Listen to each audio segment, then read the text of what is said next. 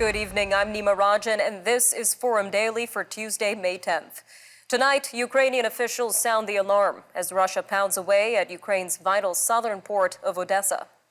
They also announced the discovery of the bodies of 44 civilians. This was in the rubble of a building in the northeast that was destroyed weeks ago. The bodies were found in a 5-story building that collapsed in March in Izium. Meanwhile, a Ukrainian official said at least 100 civilians remain trapped at a steel mill in the besieged city of Mariupol. This is where Ukrainian fighters are making a last stand. Back here at home, the federal government is looking at ballistic missile defense. This is part of a larger review of what is needed to better protect North America from attack. At issue is whether Canada should join the U.S. ballistic missile defense program after it opted out following an extremely heated national debate in 2005. Defense Minister Anita Anand says the government will release more details soon.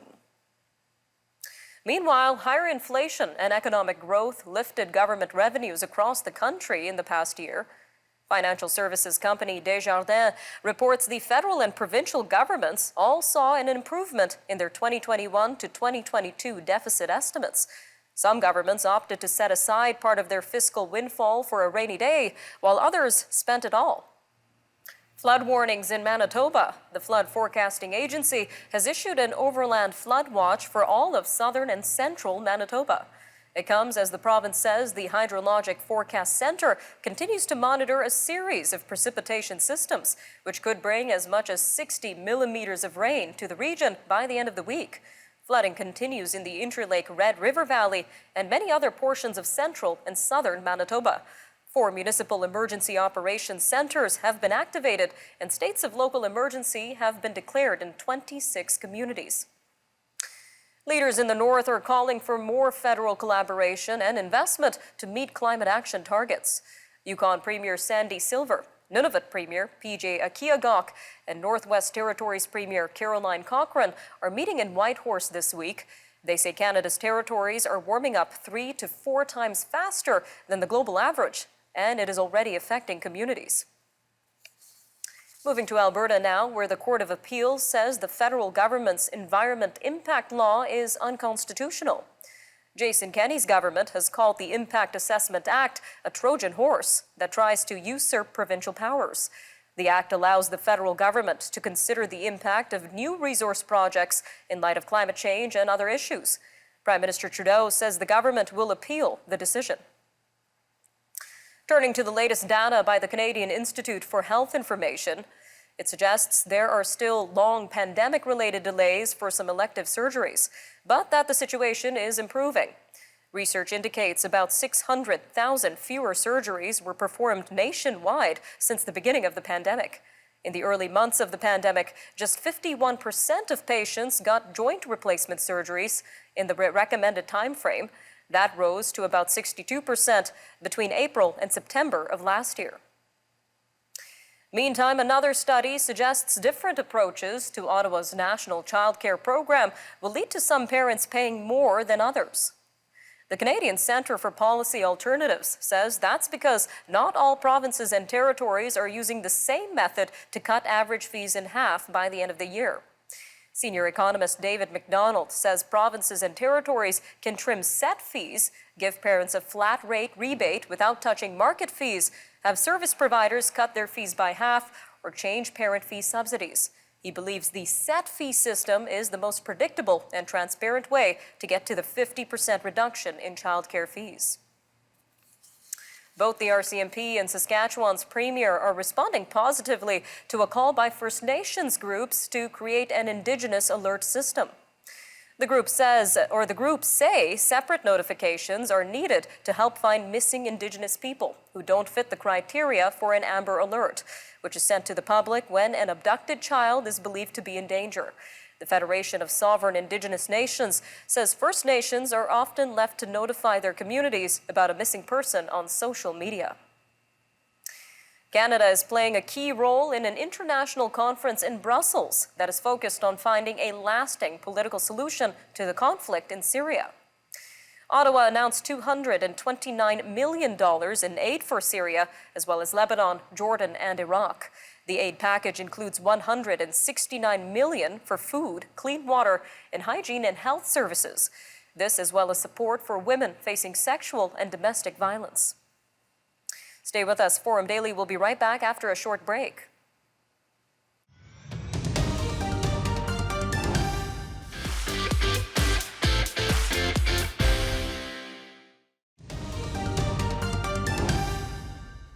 The Canadian Institute for Health Information's latest data shows a spike in the rate of youth hospitalized for eating disorders during the COVID-19 pandemic.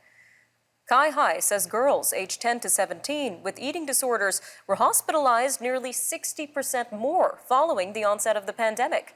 Dr. Leanna Isserlin is the Psychiatric Director of the Child and Adolescent Eating Disorders Program at CHEO, a pediatric hospital and research center. And she says the number of hospitalizations is just the tip of the iceberg because so many more patients don't have access to care. Well, joining us now to talk more on this is Dr. Isserlin herself. Welcome to Forum Daily, Doctor. Thank you. So how has the pandemic impacted eating disorders among youth in Canada? So youth in Canada have been struggling even before the pandemic with eating disorders as well as other mental health challenges. And we were struggling as a healthcare system to keep up with that long before the pandemic struck. And then with all of the stressors that have occurred for young people during the pandemic, we have seen a significant increase in young people presenting with eating disorders, as well as a general deterioration in the mental health of young people. And you say the numbers by CHEO are just the tip of the iceberg. So can you tell us a little bit more about this? That's right. So the CHEO data represent the hospitalizations for young people with eating disorders. And that's really important data. It's reflected in what we've seen here in our center. Clinically, we've seen the increase in patients presenting with eating disorders at 220% of what we had seen before the pandemic. However, just looking at the hospitalizations doesn't tell us what's actually happening in the community, because many young people with eating disorders don't reach the point of receiving hospitalization or even receiving care. What do we know so far about the causes of eating disorders among youth, especially during this pandemic? That's right. So we know there are many risk factors for eating disorders, including genetics, societal pressures, other stressors that young people come in contact with as they move through adolescence, which is the time when people are most vulnerable to developing a new onset of an eating disorder. And then when it comes to the pandemic, we saw unprecedented incidents of isolation, transition, uncertainty, change, as well as exposure to screens and social media as really the only form of staying connected to the world. And all of that has had an impact on young people and increased the risk of developing an eating disorder. And I'm sure the parents and guardians watching this right now want to know how they can identify if their child or adolescent has an eating disorder. So what types of eating disorders are there?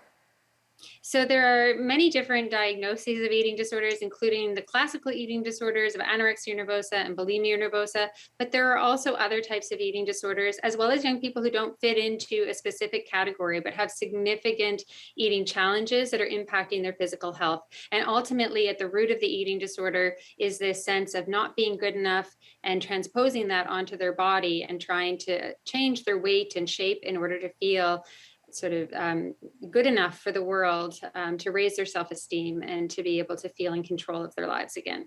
So what steps can loved ones take to treat eating disorders among youth?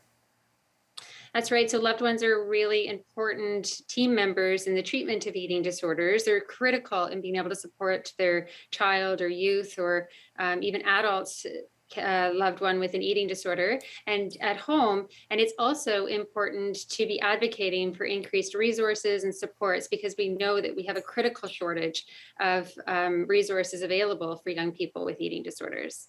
Can you tell us a little bit more about these resources that are needed and what officials can do? That's right. So we need resources for young people at all different levels and all different areas of children's health. Children's health has been chronically underfunded, and we're really, just trying to catch up with what we've needed for a long time.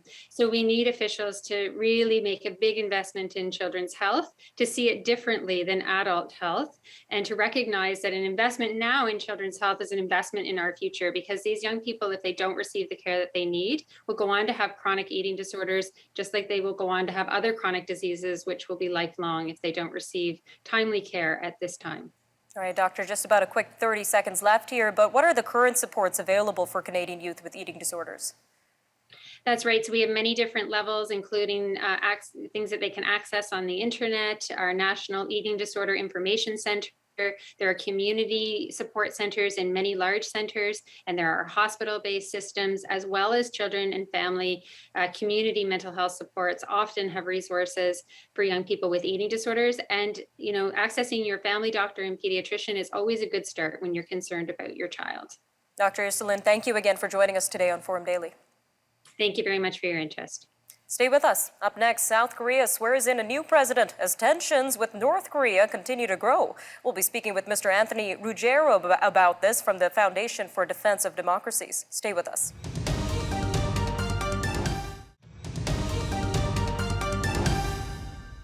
South Korea's new president says he'll present an audacious plan to improve North Korea's economy if it is denuclearized.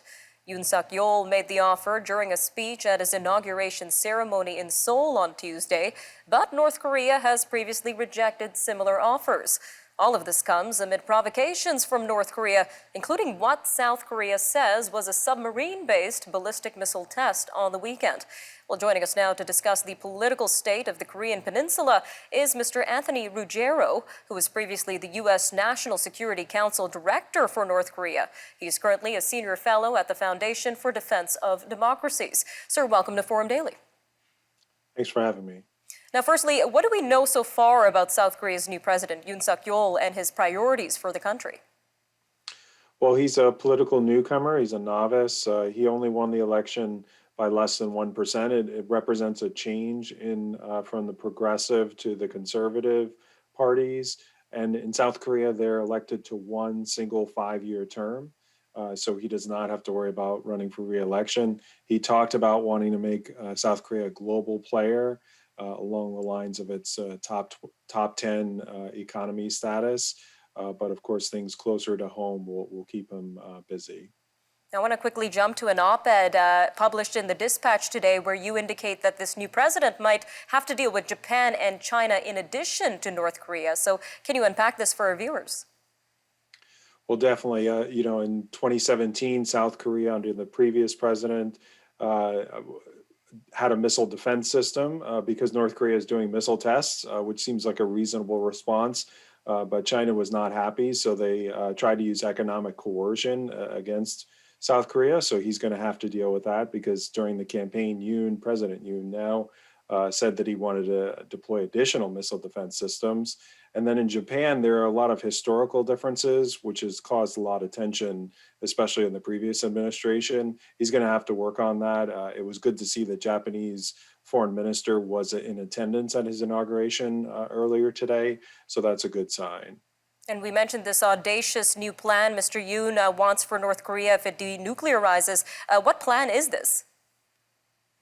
Well, that's unclear. The pieces that he talked about in his inauguration speech, he said the right things, at least from my ear, that when it comes to denuclearization or economic incentives, those would only come after North Korea has made some steps toward denuclearization. Hopefully those are irreversible. What we're seeing today is that North Korea is reversing some of the steps that they took under the Trump administration. For example, the explosions at their nuclear test site. It's possible North Korea does a nuclear test this month. So that just reinforces why we need irreversible steps. And we know previous attempts to denuclearize North Korea have all failed. So what would make this time different? Well, that's a great question. We've been dealing with this for 25 years. Part of the challenge is that I think people focus on pressure or sanctions is usually how people frame it, or engagement. One of the few things we have not really tried is to try them both at the same time. So we'll see. I think Yoon is focused on it, The real question here in my mind is the Biden administration. They're so focused on other foreign policy priorities, understandably so, given that there's an actual war in Europe. But we can't lose sight of North Korea and their threat not only to the homeland, but their threat to South Korea and to Japan. Now, these are really concerning missile tests, including considering the range that these missiles have. So, what message is North Korea trying to send through these missile tests?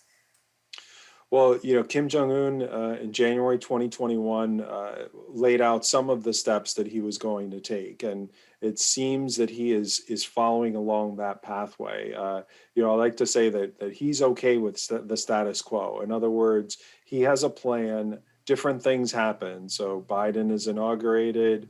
The war in Ukraine happens. Yoon wins the election and is inaugurated. All these things actually work to Kim's favor because he can continue with very little pressure on him. So he's actually, so part of what we need Yoon and Biden and other countries, like-minded countries, to mix it up and to make him uncomfortable. And we haven't gotten there yet. All right, Mr. Ruggiero, quick 20 seconds left here, but what are you watching for next?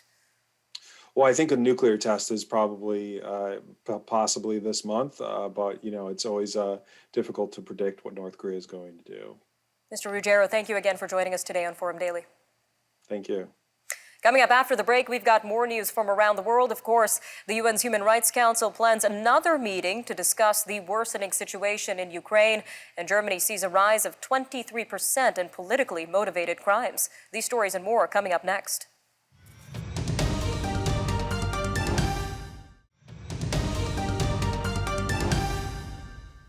The UN's 47-member Human Rights Council will hold a special session on Thursday in Geneva to discuss the worsening human rights situation in Ukraine. Ukraine requested the meeting, and more than the required minimum of 1/3 of member states backed the call. The Ukrainian military says 1 person died and 5 were injured when Russian forces fired 7 missiles hitting a shopping center and a warehouse in Odessa. Ukrainian officials are also reporting they found the bodies of 44 civilians. This was in the rubble of a building in the northeast that was destroyed weeks ago. Nearby in Germany, the top security official says the number of politically motivated crimes reported in the country last year rose 23% compared to the year before. Interior Minister Nancy Faeser said on Tuesday that the increase included a sharp rise in crimes, which would not be assigned to the traditional categories of crimes motivated by right-wing or left-wing ideology. She says a significant proportion of these offenses were committed in connection with coronavirus restrictions and Germany's 2021 federal election. Ms. Faeser said 41% of the victims of politically motivated violence were attacked by right-wing extremists. Moving to Sri Lanka now, where the Defense Ministry has ordered security forces to shoot anyone causing injury to people or property. This to contain widespread arson and mob violence targeting government supporters. The order came after violent clashes a day earlier that left 8 people dead. They prompted the resignation of the Prime Minister, who is blamed, along with his brother, the President, for leading the country into its worst economic crisis. For months, people have been forced to stand in long lines to buy essentials. This is because a foreign exchange crisis has caused imports of everything from milk to fuel to plunge, spawning dire food shortages and rolling power cuts. In the Philippines, the namesake son of late dictator Ferdinand Marcos appears to have been elected as president. This in an astonishing reversal of the 1986 People Power revolt that ousted his father. Marcos Jr. had more than 30.8 million votes in the unofficial results. His nearest challenger, Vice President Leni Robredo, had 14.7 million, with most of the votes tabulated from Monday's election. His running mate, Sara Duterte, also has a formidable lead in the vice presidential race. The alliance of the scions of 2 authoritarian leaders has compounded worries of human rights activists. Well, for the first time in 60 years, Queen Elizabeth did not attend the state opening of Parliament. Prince Charles traveled to Parliament by car rather than carriage to read the speech from the throne. And he did not wear the crown, which got its own seat. Buckingham Palace says the 96-year-old Queen didn't attend today's ceremony because of what it calls episodic mobility issues. The Queen has only missed 2 previous state openings during her 70-year reign in 1959 and in 1963 when she was pregnant. In a move to fight the nationwide wave of book bans and challenges, the American Library Association, the American Federation of Teachers, and more than a dozen other organizations have formed a coalition. Unite Against Book Bans also includes the publishers, Penguin Random House, Simon & Schuster, Macmillan, and the National Coalition Against Censorship. Resources will include helping community members draft petitions, forming questionnaires for political candidates, and designing graphics for social media. The Library Association reported last month that it tracked nearly 1,600 attempts to ban books in 2021. This is the highest since it began recording challenges more than 20 years ago. Staying in the U.S. now, where there's a new record for the most expensive piece of American art ever sold. The piece was Andy Warhol's iconic 1964 silkscreen portrait of actress and model Marilyn Monroe. It sold last night to an unnamed buyer for a whopping $195 million US, including auction house fees at Christie's in New York. Back here at home, the Royal Canadian Mint is launching a collection of bejeweled coins, including a 1-kilogram platinum piece adorned with hundreds of diamonds. Called the Ultimate, this one-of-a-kind piece is heading to the Mint's new collection of gold and platinum coins. It features pink diamonds from the Argyle mine in Western Australia. The piece is engraved with a cherry blossom designed by Canadian artist Derek Wicks. Toronto's Heffel Fine Art Auction House estimates that the Ultimate could fetch between $700,000 and $900,000 at a live sale on May 31st. All right, I'm Nima Rajan, and that'll do it for your look at national and international news for today. Remember, for more news on demand, you could always visit our website or follow us on social media. We're available on Facebook, Instagram, and Twitter. Take care, Canada. We'll see you next time on Forum Daily News.